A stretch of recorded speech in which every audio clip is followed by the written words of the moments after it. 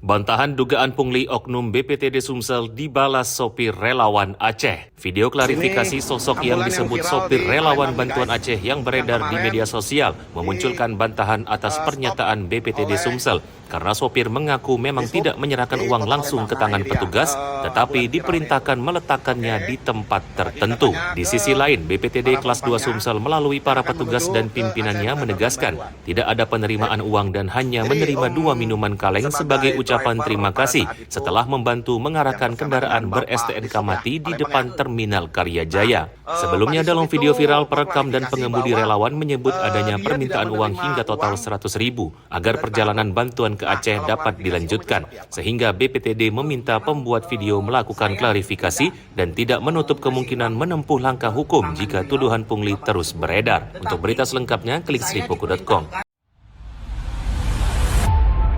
Saksikan Saksi Kata hanya di YouTube Sri Poku TV.